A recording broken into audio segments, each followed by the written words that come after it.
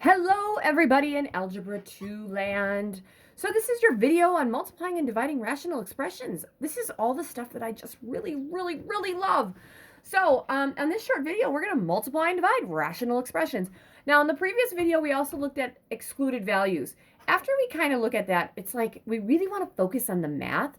So just know that there are excluded values. You are probably just going to be asked on a test to find the excluded values when you're just simplifying, not when you're multiplying or dividing. Does that mean that it's not important when you multiply or divide? No, it doesn't. But I'm always the type of person that if you can do it like this way, we're not going to keep asking the same questions over and over. It gets really redundant.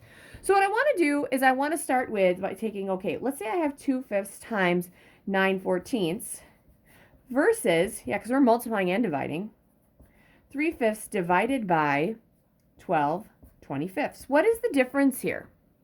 Now, the difference here is that for multiplying, there's one of two things you can do. You can find common factors and you can divide things out. That's totally legal. I know some people, what they do is they say, okay, let's take 2 times 9 and that'd be 18. This is not the Henschel way to do it.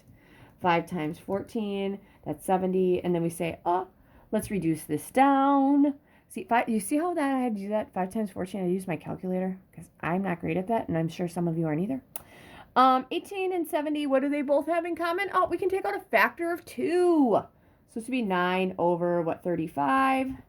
There's nothing that goes into 9 and 35. I'm feeling good about that. Or you can do it the way I usually do it. I divide out common factors. 2 and 14 both have a factor of 2. 2 goes into itself 1 time, and 2 goes into 14 7 times. There's nothing else that divides top and bottom, right? 1 times 9 is 9 over 5 times 7. That's 35. I get the same answer either way, but this way, you guys, I didn't have to use a calculator. And I'm a big fan of not having used my calculator. I'm okay with that. All right, so the difference between dividing, what is dividing? Well, dividing, isn't that multiplying by the reciprocal?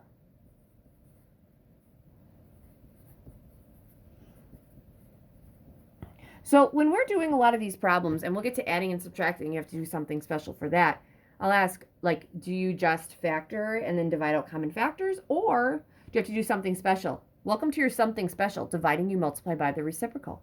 So I take 3/5 and multiply by the reciprocal. How do you find the reciprocal of this? Right, reciprocal is a fraction. Because most kids just know it's because you flip it. Well, that's because if I take this guy times this one, you get 1.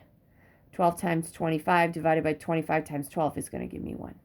Right, then I'm back to this guy right here. So if you want to be one of those people and multiply across, you can. So for me, multiplying across, I would take what?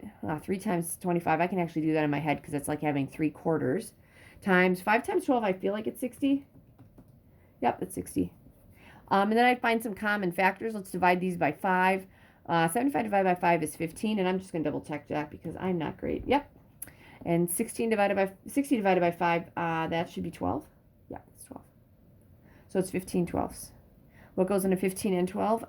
3, right? How many 3s in 15? 5. How many 3s in 12? That's 4. So I'm feeling okay about that. I'm hopeful, crossing my fingers. Okay, that would be 5/4. That's I'd say your way. Now let's see how I would do this. Okay, this is how I would do it going back up here.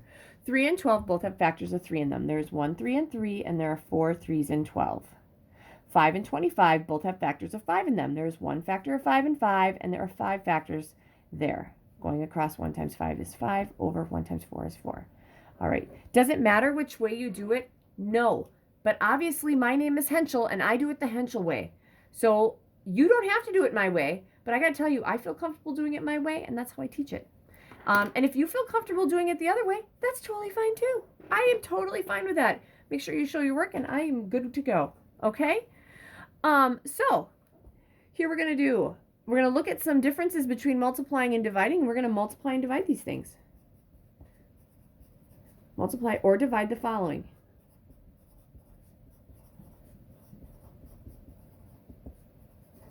Okay, number 1. They get more difficult, okay? 2x plus 7 over x minus 2, and I'm probably not going to need my calculator, times x minus 2 over x plus 7. All right, so we're looking for factors that would divide out and make the giant ones that we had before. Remember, factors have to be exactly the same. So I'd ask you guys, all right, are there any factors that are the same? Well, sure there are. X minus 2 divided by an x minus 2, there's my giant 1. Now, this x plus 7 here does not divide out with that one because there's two x's. A 2x plus 7, that factor, is different than an x plus 7. Think about it. If I have 5 versus just throwing a 1 in front of it, 15, is 5 the same as 15? No! So 2x plus 7 is not the same as an x plus 7. So that's my answer. 2x plus 7 all over x plus 7. Got it? And that's my answer. And I'm not going to worry about the restricted values. I mean, they're obviously 2 and negative 7, but I'm not going to worry about that. All right? All right, so that's it. Next one, x minus 5 over 2x divided by 2x squared minus 10x over x plus 2. All right, so usually what I'd ask kids, and if I'm going too fast, just press pause. That's the great thing about videos. You can pause me. Dividing. Did we say divided meant multiplying by the reciprocal? Yeah. So let's do that. We're going to multiply by the reciprocal.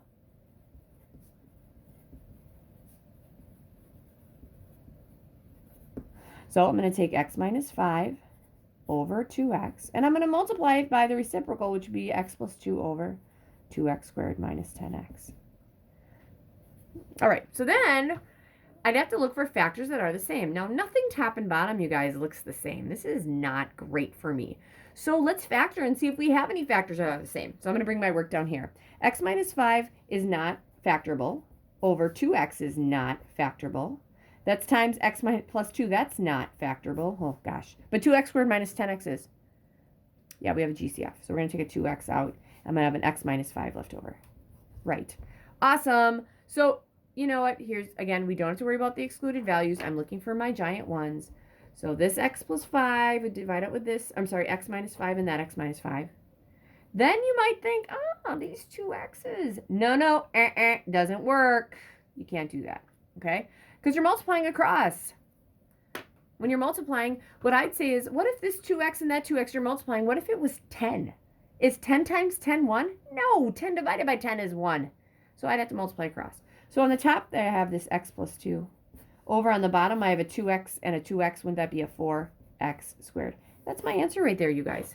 All right? Every once in a while, I don't trick kids. I make you think. I make you think, does these divide out? No. When I'm multiplying, things get bigger. They don't turn to be 1.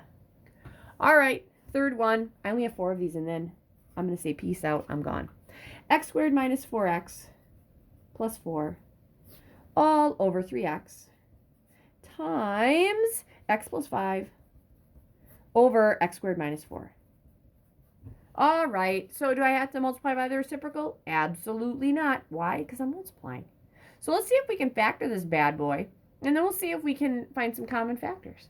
All right, x squared minus 4x plus 4. If you want to try to factor this by yourself, press pause and then go for it.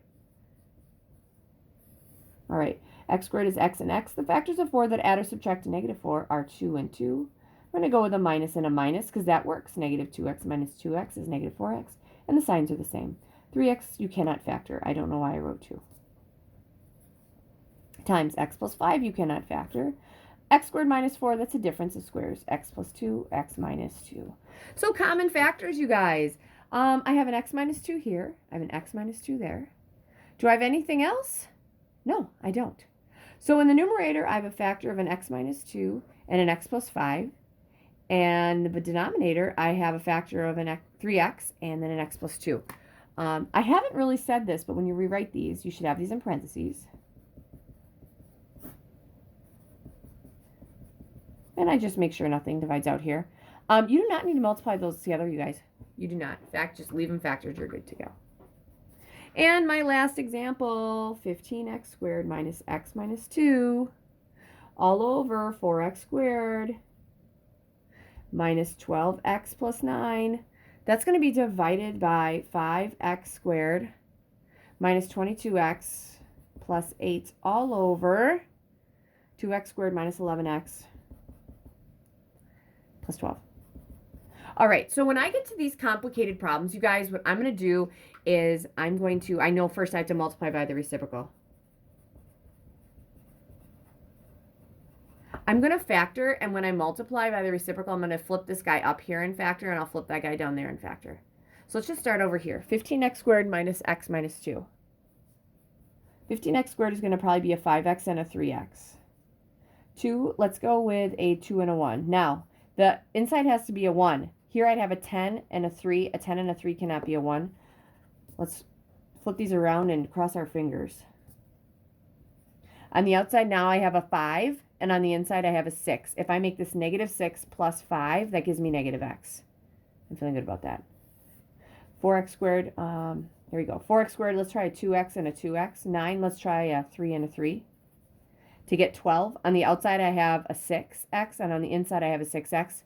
To get 12, if I made them both negative, that would give me negative 12, and that works because it's a plus 9. Now, this guy is going to go on the top, so that's what I'm going to factor next. 2x and an x.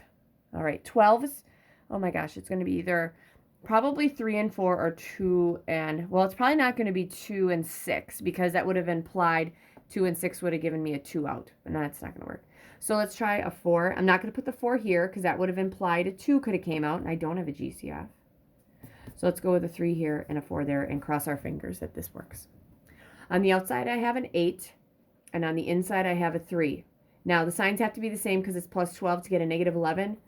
If I made these negative, wouldn't that give me negative 11? Negative 8 minus 3. Yep, feeling good. All right, now this guy is going to go down here. So when I factor it, 5x squared is going to be 5x and an x. 8, I'm willing to bet 4 and 2. So let's go with a 4 here and a 2 there. The signs are going to be the same because it's plus 8. On the outside, I have a 20, and on the inside, I have a 2. If I make it negative 20 and minus 2, I'm feeling good about that. You can check those out if you want. All right. So here we go. Common factors. Sorry. 5x minus 2, 5x minus 2. 2x minus 3, 2x minus 3. X minus 4. That's it, right? Here we go. Right in here. So I'm going to have a 3x plus 1 over a 2x minus 3. And that's it. Okay, so that's what I'm feeling good about. So that is multiplying and dividing. It's super similar to simplifying, which is why you do it after you simplify. All right, I hope you enjoyed your short little video on multiplying and dividing rational expressions.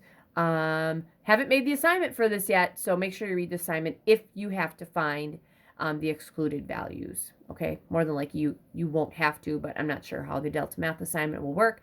On your test, you will only have to do excluded values on the simplifying rationals. Good luck.